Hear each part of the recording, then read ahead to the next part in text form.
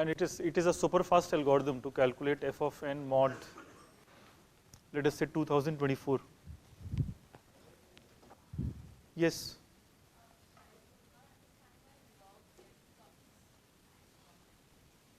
Yeah, that many students could not understand.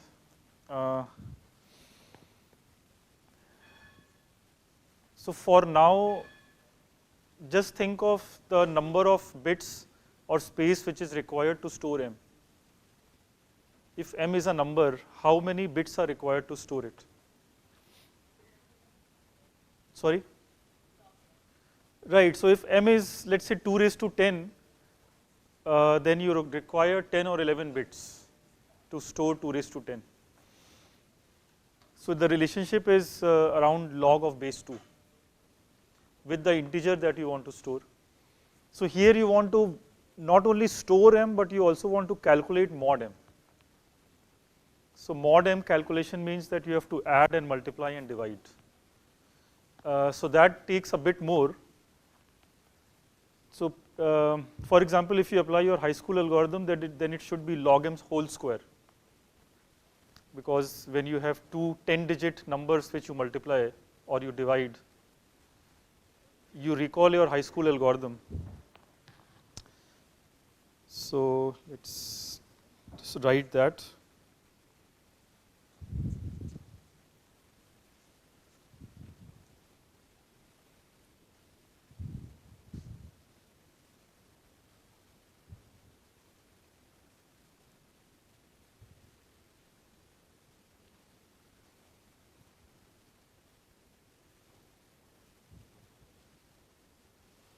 So multiplication of A with B mod m.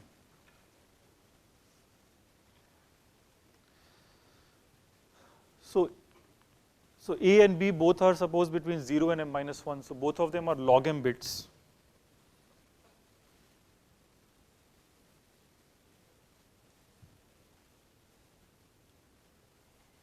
So if you wanted to add the two, then that will be bit by bit, so it will be around log m steps. But if you want to multiply them, then you have to recall how you were taught to multiply numbers in school, right? So you have to take the least significant bit, multiply it with all the bits of A, and then the next least significant bit of B and multiply with all those of A, so it's product. So multiplication requires around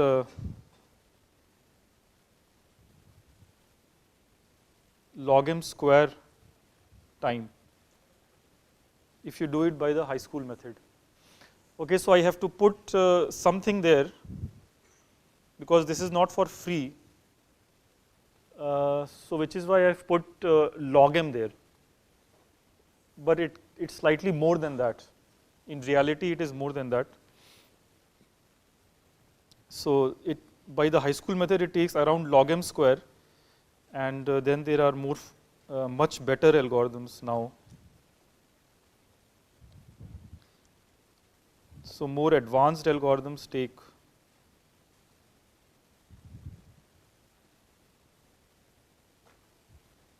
very close to log m time.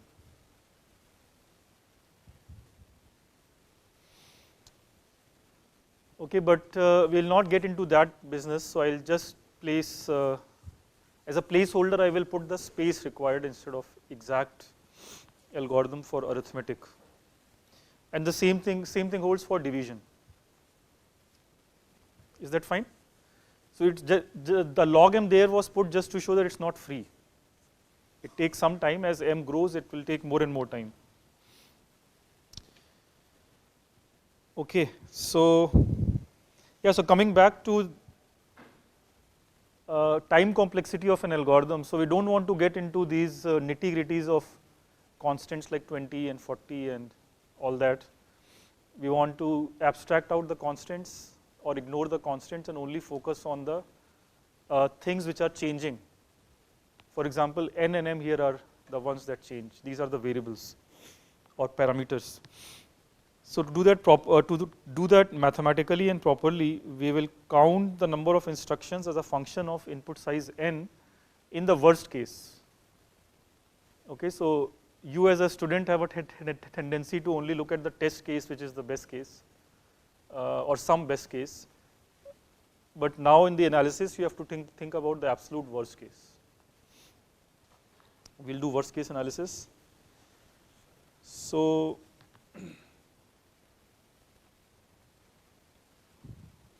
let's recall our examples that we have seen of time complexity.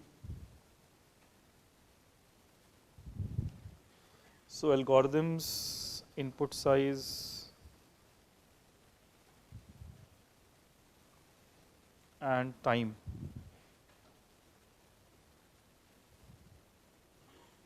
So, we saw iterative fib algorithm,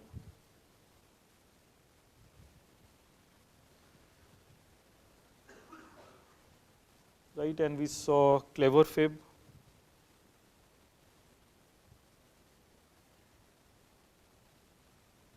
and we also sketched sorting algorithm.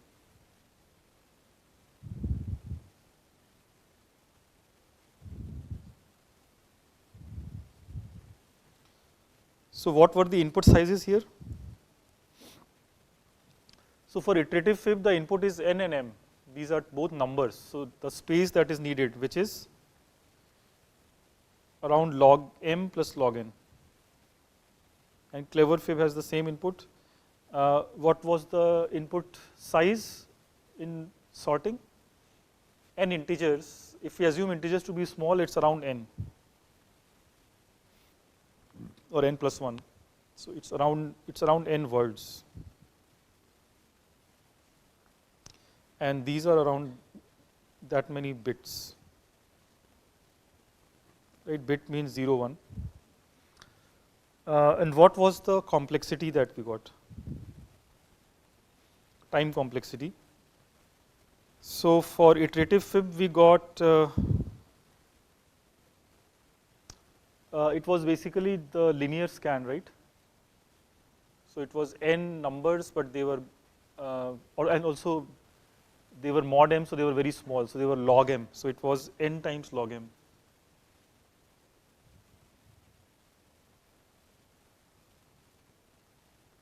In clever fib, it was, in the last class, we did log m times log n.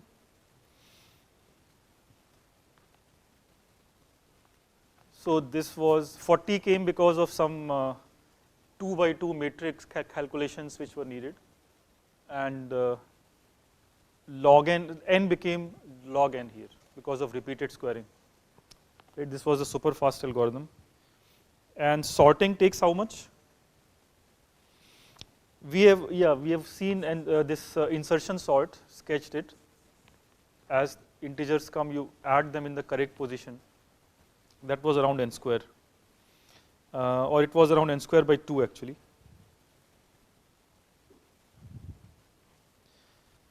That was the insertion sort, but you are aware of from earlier courses that there is also a much faster algorithm, divide and conquer merge sort, which is around n log n.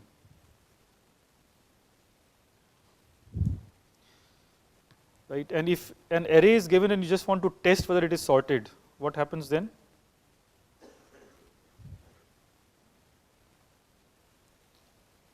If you don't want to sort, you just want to test whether the array is sorted. What is the algorithm then? Just do a linear scan and comparisons, right? Whether the previous one, whether ai is less than equal to ai plus 1. So, that will be around n steps.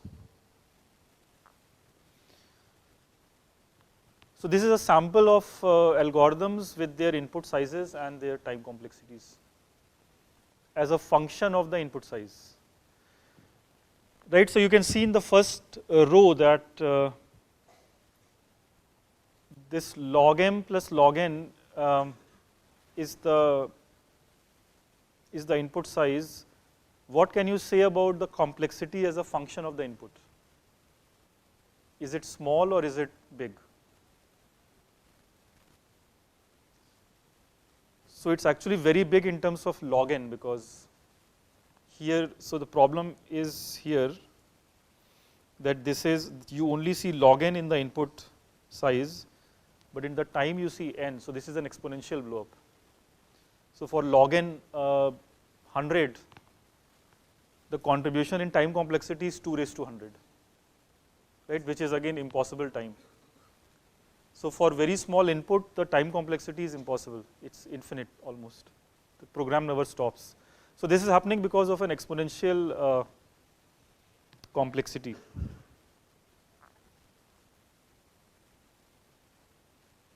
Right, which is a problem that gets solved in the second row, because now there you have both contributions are log m and log n.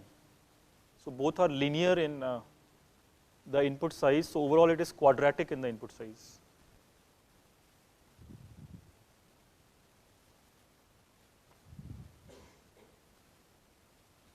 Okay, so this from exponential it falls to quadratic, and if log m is very small, then you ignore log m and you ignore 40, then this becomes linear in the input size, right? So for a growth of when you double the input size, the time complexity only doubles. It's proportional. So that is one of the best things you can have, that input, when input is doubled, the time complexity only doubles and not squares. In the first case, it is squaring, which leads you to infinite time. And in the third row, the n log n is almost quadratic, is almost linear.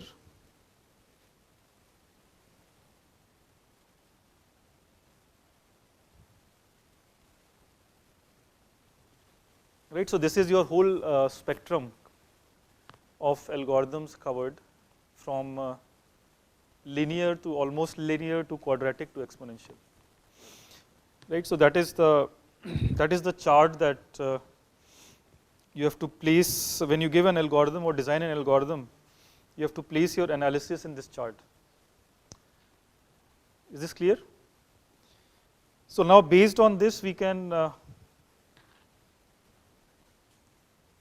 formalize this more mathematically. Any question? So there is an issue in comparison when you do it formally.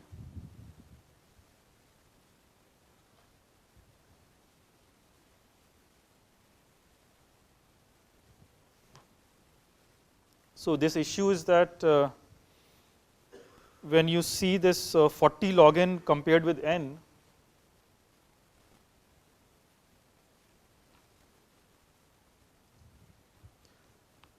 or there I only put n, so let's just compare with n. So in the previous table, first algorithm had complexity n, the second had 40 log n.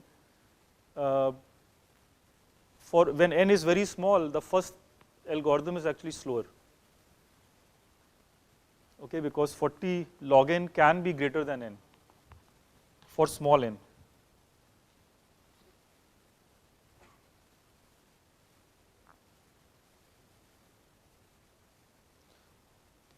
So although log n is much smaller than n always, but since there is a constant being multiplied 40, in reality or in terms of seconds, for when n is very small, the first function can be actually bigger than n. This problem gets resolved when you take bigger. When you take bigger and bigger n's, then always the right hand side will be larger. Okay, but so there is a phase when, I mean there is a point when the phase changes, slow becomes fast and fast becomes slow, right, as n changes. So that is a problem in comparison. So when we say that this algorithm is fast or this is slow, there are always these assumptions. What is your input size n, and what is your exact time complexity, and what are the exact constants. But in this course, if we started doing that, you will have big trouble, because we have to keep track of very small level details, right? So, and then we will lose track of the bigger things. We lose track of what is actually happening in the algorithm, and we'll only be worried about these very small implementation details and constants. So to not get into that, we need a better way to compare.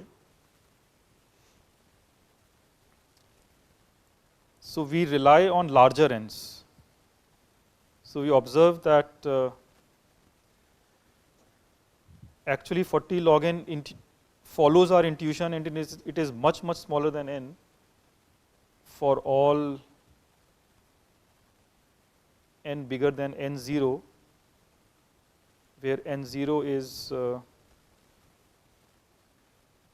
how much?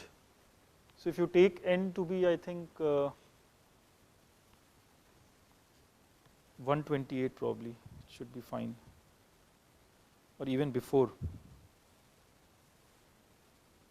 Let's take 128. So at 128, what happens? Right hand side n is 7. No, not that. No, here it will be much bigger. Let me follow my notes and not change it. Let's take this 3n. Yeah, so when I compare now 40 log n with 3n, I can see that at n0 128, the right hand side is 21.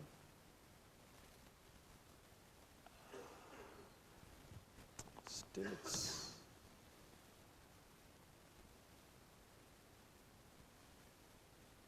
sorry, yeah, making a mistake. The left hand side is 280, while the right hand side is 3 times 128. So it is bigger. And once this phase changes for all other n's, this inequality will hold. Okay, so much below 128, n equal to 128, the inequality may be flipped. But once you cross 128, all the time the left hand side is much smaller than right hand side. So we should look at what is happening for large n instead of very small n. Small n's we should consider as aberration and ignore. So that is what we will do in this course.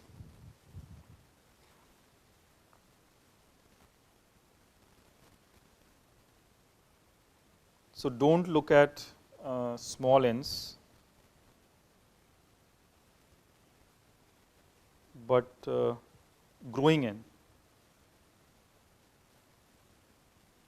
Okay, so we are more interested in the rate of change than a fixed n. So as n is growing, how will your complexity behave? That is what the comparison of two algorithms will be. Okay, what is the rate of change for bigger and bigger n's?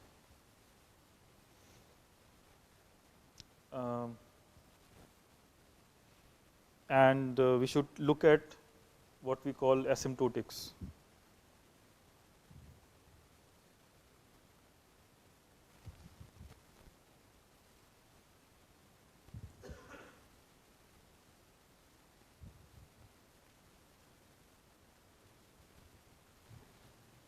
So compare the asymptotics of the functions.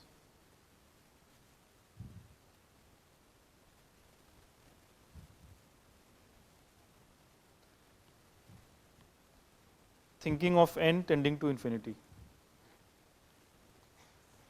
Okay, so this will be the key viewpoint that we will take in all the comparisons. Whenever I say an algorithm is fast or slow, it will be with respect to the function growth and tending to infinity. So let's see if this thing is new for you. Let's see some simple examples which will make it clear. So suppose you have an algorithm A which runs in time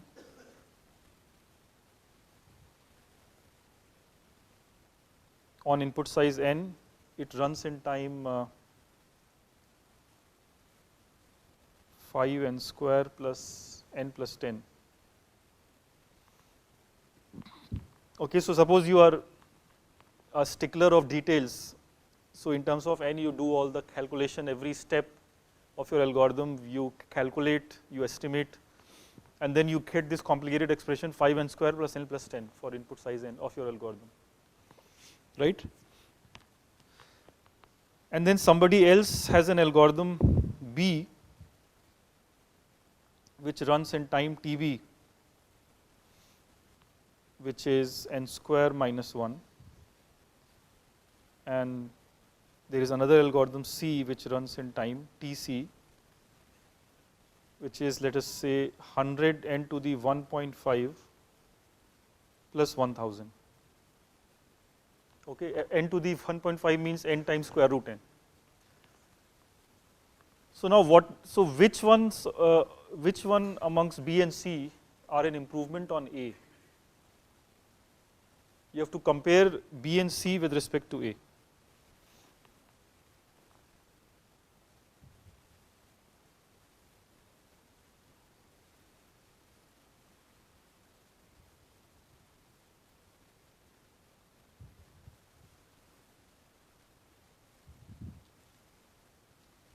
Is a better improvement.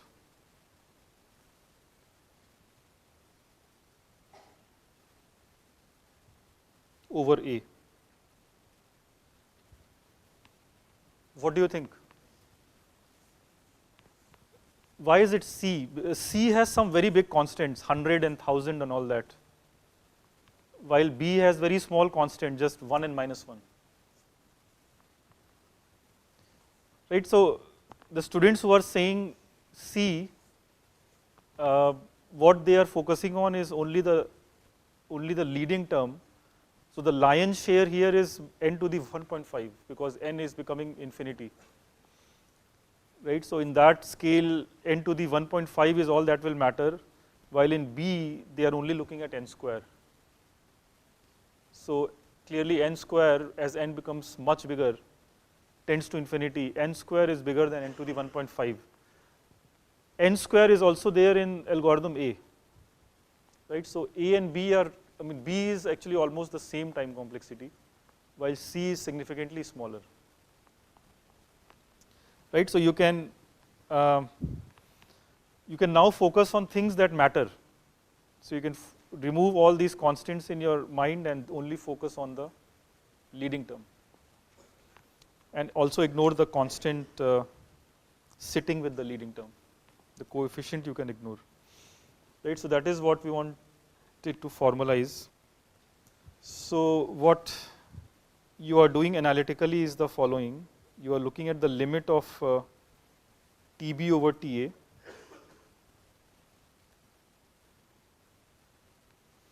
So Tb over Ta as n tends to infinity, Tb over Ta itself is a complicated function, n square minus 1 divided by 5n square plus n plus 10. It becomes pretty soon unmanageable to understand what is going on, because sometimes it is greater than 1, sometimes it is smaller than 1, it can also be negative and so on. But as it tends to infinity, as n tends to infinity, you see that this is, what is the limit? Tb over Ta? 1 over 5. So that's the improvement that you are seeing in algorithm B. And what about C? What is Tc over Ta?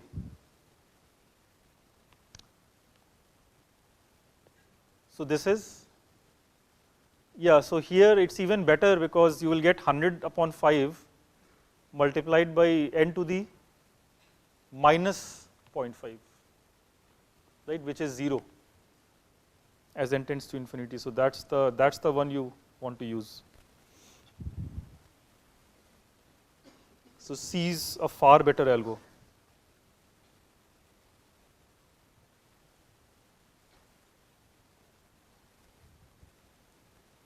Okay, so for the same problem, if you have these 3 algorithms, you should pick C, because in the long run, this is what will pay off.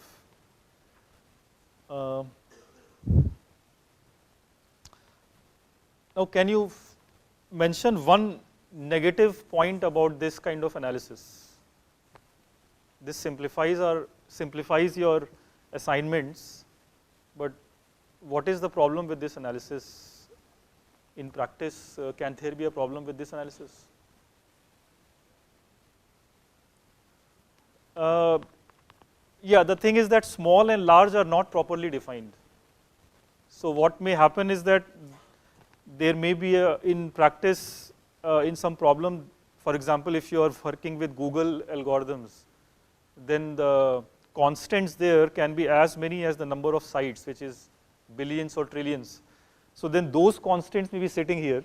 Instead of 100, there may be, let's say, 10 raised to 10 sitting there. So Google may not want to use an algorithm which has a multiplier 10 raised to 10, right? They may be happier with something where the constants are smaller. So constants can matter in practice. If they are very large, then it will create a problem in time. So when we do this analysis, we actually are disrespecting the constants. So you have to see in your practical application how important the constants are. If they are way too big, then of course, if they are astronomical scale, then you cannot ignore them. Then you have to pick an algorithm where the constants are the smallest. But usually this analysis will be fine when you design an algorithm, because when you design it, why would you ever need very big constants? So if A, B, C are your designs, why would your design have such a crazy constant sitting in the analysis, right? Your constants in your design, I mean, you are simple people, you have simple minds, so your designs also will be very simple. So your constants will be maximum 100 or 1000, you cannot think beyond that. So for design purposes, this analysis is fine, but if the algorithm is very, very complicated design with very, very big constants, then you have to worry. Then you have to be careful in practice. So that's the only caveat here.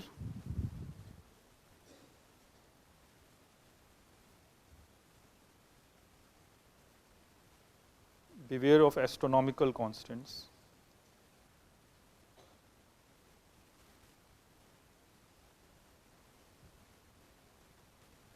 In practice. But in theory, we will continue with this approach because this approach is the best we have. For any kind of design and analysis, this is the best you can do in theory. So yeah, what will we do in theory? So while comparing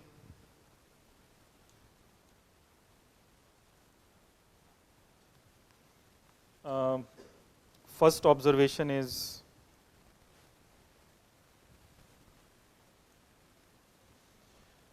ignore additive and multiplicative constants.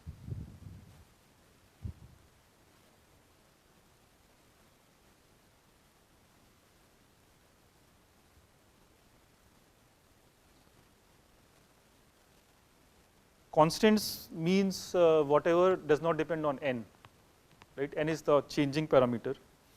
Everything else is a constant. And observation 2 is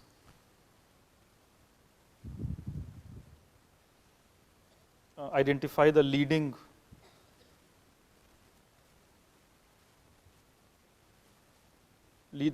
term or the leading monomial even.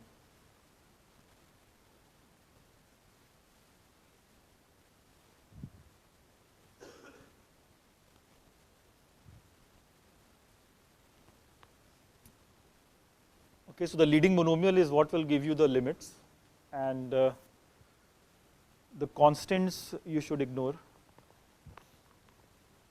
This is what we have done in the above limit calculation, right? So these two observations you have to remember,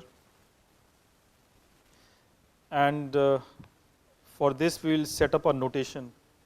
So let's use a shorthand for this.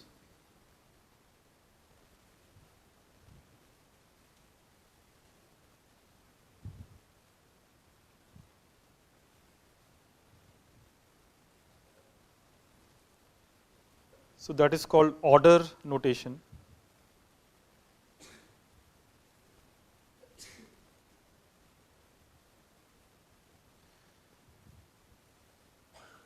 So all our analyses will be in the order notation. So here we will say that a function is of some order.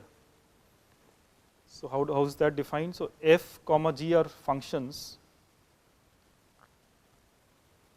from natural numbers to positive reals.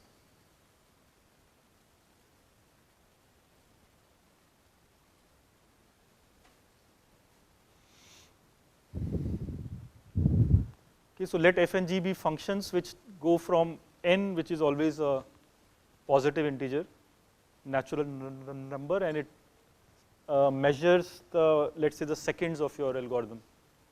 What is the time complexity of your algorithm? So it's fn respectively gn, and we want to say that f and g are of the same order, or one is bigger than the other or smaller than the other. So we are trying to define that formally.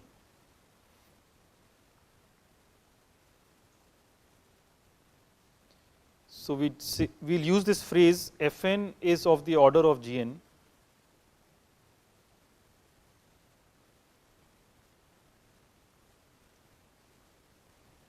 if what happens?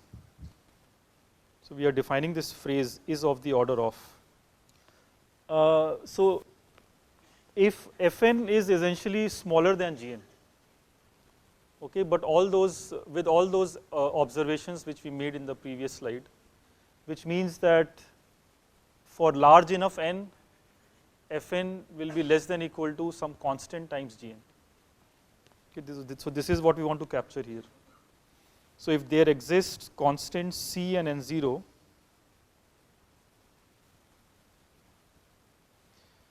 such that for all n greater than equal to n0, fn is less than equal to c times gn. Okay. So in the first reading, you can ignore c and n0, just look at fn less than equal to gn. This is what we basically want to capture. We say that fn is of the order of gn if fn is less than equal to gn, but then we have all these other things which happen in an algorithm, that maybe the things kick in for a big enough n. So for that we say for all n greater than equal to n0, and then sometimes or usually we will not even care about constant c. So we'll still be fine in approximating g with f or f with g if f is less than equal to some constant times g. Okay, so we have relaxed inequality in this definition. If you care about a graph, then the graph can be like this, can be drawn like this. So you have n axis and you have values here. This is the origin. So there is a magic spot n0, after which you will see this phenomena that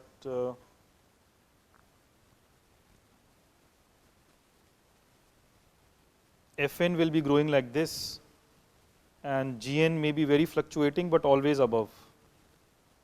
So this is c times gn. So at any point you will see that even when it is fluctuating a lot, you will see that the value of cgn is above fn,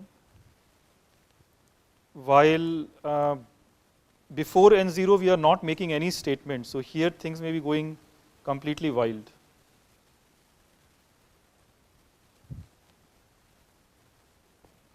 Okay, so there may be wild fluctuations before n0, everything interleaved, but then after n0 they will remain separated and cgn above. Okay, this is what is meant by f is of the order of g. And all of this we will write very simply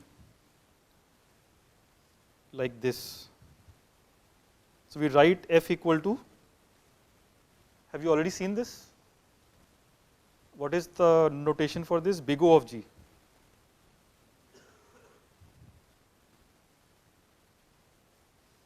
Okay, so this is pronounced big O.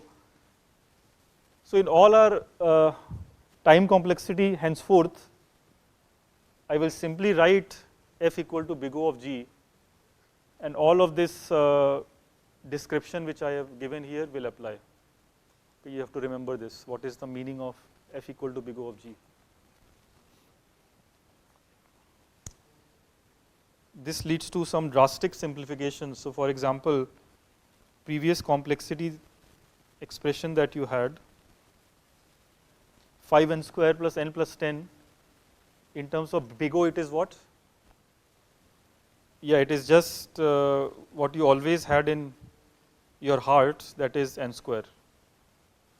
Okay, so you erase everything else and you just focus on n square. So this time complexity is actually just big O of n square.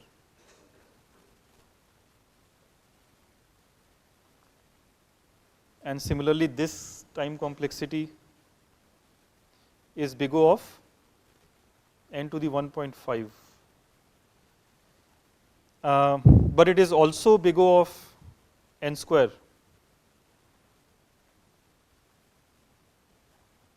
Right? So this one is loose and this one is tight. Right? So the tight one, you cannot replace n to the 1.5 by anything smaller. If you replace it by n to the 1.4999, it will be false. So that is very tight. In fact, tight in this case it's even optimal.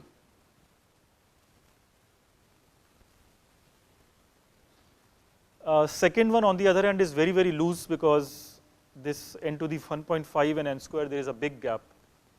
There are many, many curves which you can fit, many, many functions you can fit in the middle. So generally when you will give time complexity analysis in your assessments, you have to give a tight estimate. Okay, do not write n square as big O of n to the million, then you will lose marks. You should make it as tight as possible. Your goal is to minimize time, not to give a maximum possible estimate. Right? So we want to be as optimal as possible in the design of algorithms. And just one more example. So what is the time complexity? 100. It's of the order of what? That's 1, right? So we'll use these right hand sides. Big O will always be on the right hand side of an equation. Like we will never write big O 1 is equal to 100. That doesn't make sense.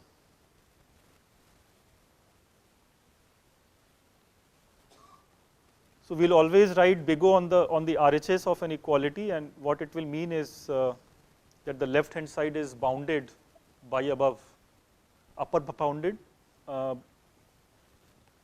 1 or n square or n to the 1.5.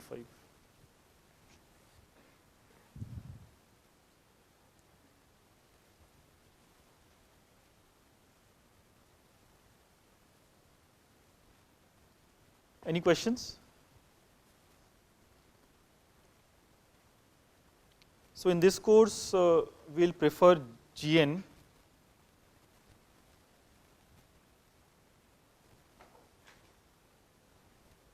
That is tight.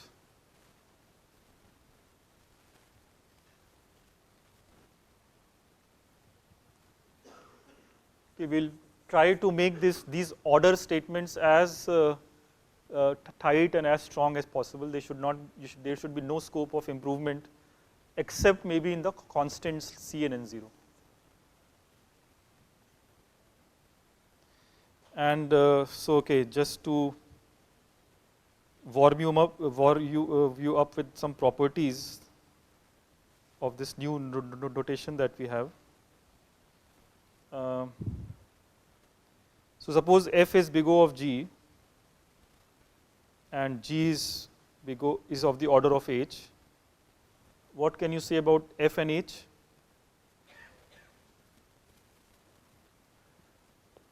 So F will be of the order of H also.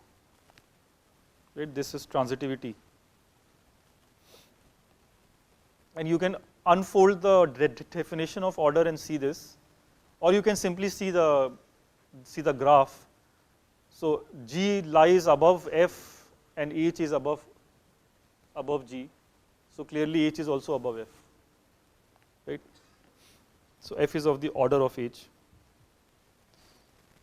Similarly, if F and G are both order H, what can you say about f plus g? Yeah, so why is that? Why is f plus g not much bigger? So for this you have to carefully look at the definition. So f equal to order of h gives you some constant c1 and g gives some other constant c2. So f plus g will give you c1 plus c2, which is again a constant, because you have only two constants, right? So it's again a constant, it's not grown non-constant. So this is big O of h. And what about f times g?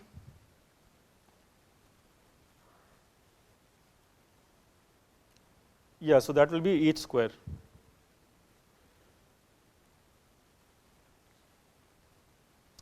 It's h square again because you unfold the definition.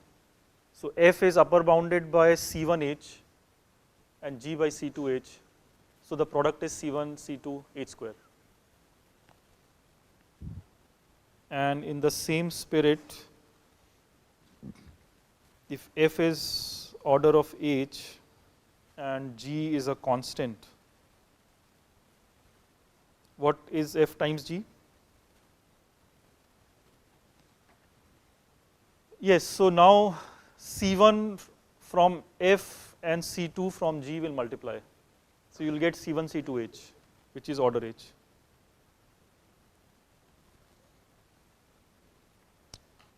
If you are not happy with this, then you should go to your home and do this as an exercise.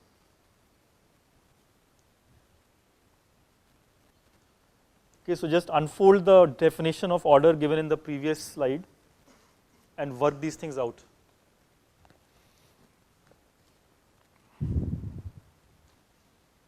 Okay, one more example. So I take f to be 3 to the n and g to be 2 to the n. Now what can you say about f and g in terms of order?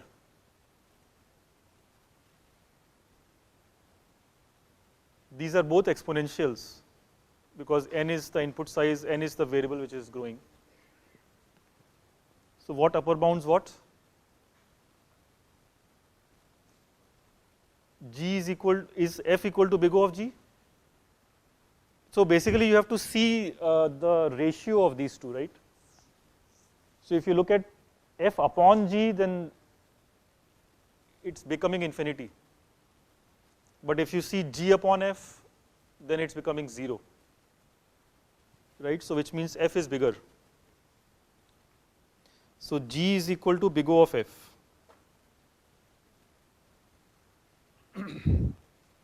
And f is not big O of g. Okay, so this is only one-sided upper bound. So this again you should do it properly.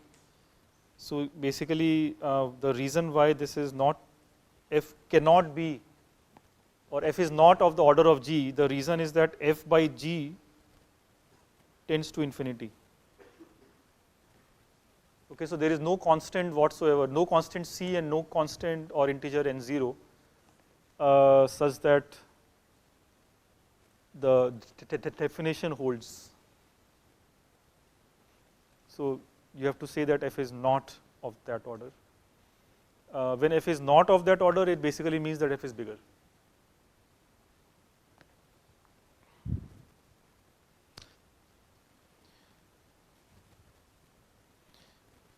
Yeah, and this the algorithms that we saw before, ABC. So in these algorithms, now you can rewrite the relationship. What is the relationship amongst TA, TB, TC in terms of order? So TB is the order of, yes, which is also TA. So TB and TA are of the same order. And TC is strictly smaller. So let us write that, then we'll have a proper comparison result. Uh, so TC is of the order of B, but B is not of the order of C.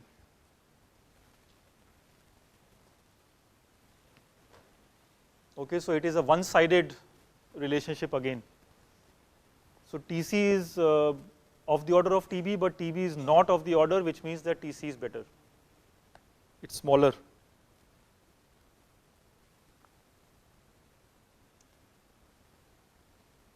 So this means that TC is smaller.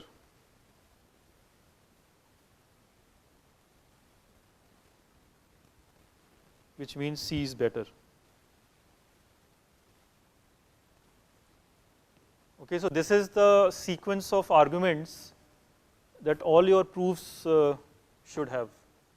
Whenever you give an algorithm, you have to design, you have to do the analysis, you have to give this complexity estimate in terms of order, and you have to show that it is somehow fast. I mean, there will always be a comparison. You will be comparing with either n square or n cube or 2 raised to n. So that comparison formally you have to do like this. Okay, this is what we'll look for in your assessments. So now we can make formal statements. So insertion sort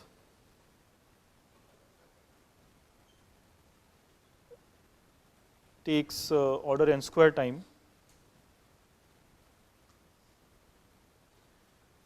Merge sort takes n log n time, order n log n, and binary search takes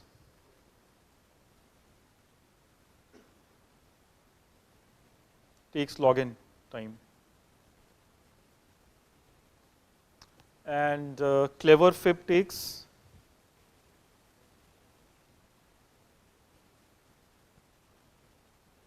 so that is log n and log m.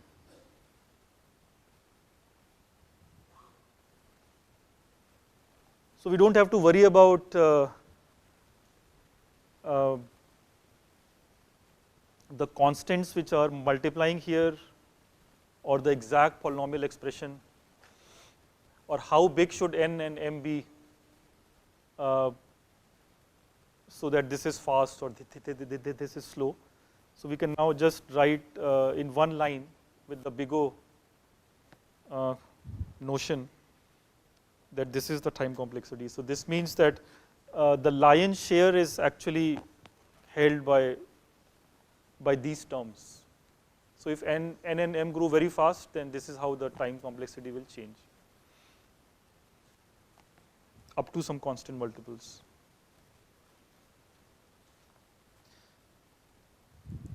Yeah, so in this notation, or in this scale, in the order scale, you want to design fast algorithms,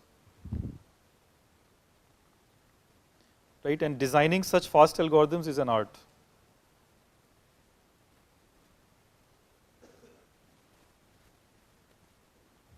So this is what is meant by asymptotics, by the way.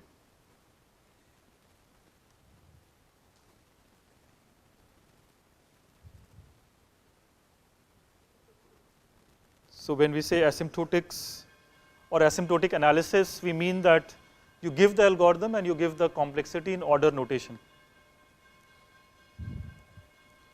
So designing asymptotically fast algorithms is an art, right? And to do well in this course, you have to be an artist. So you have to find out how the problem which is given to you, how can it be cleverly solved. Many times it will not be clear it will not be apparent in the problem structure or the way problem is formulated. So you have to use your creativity somehow. And we'll see some interesting examples next time.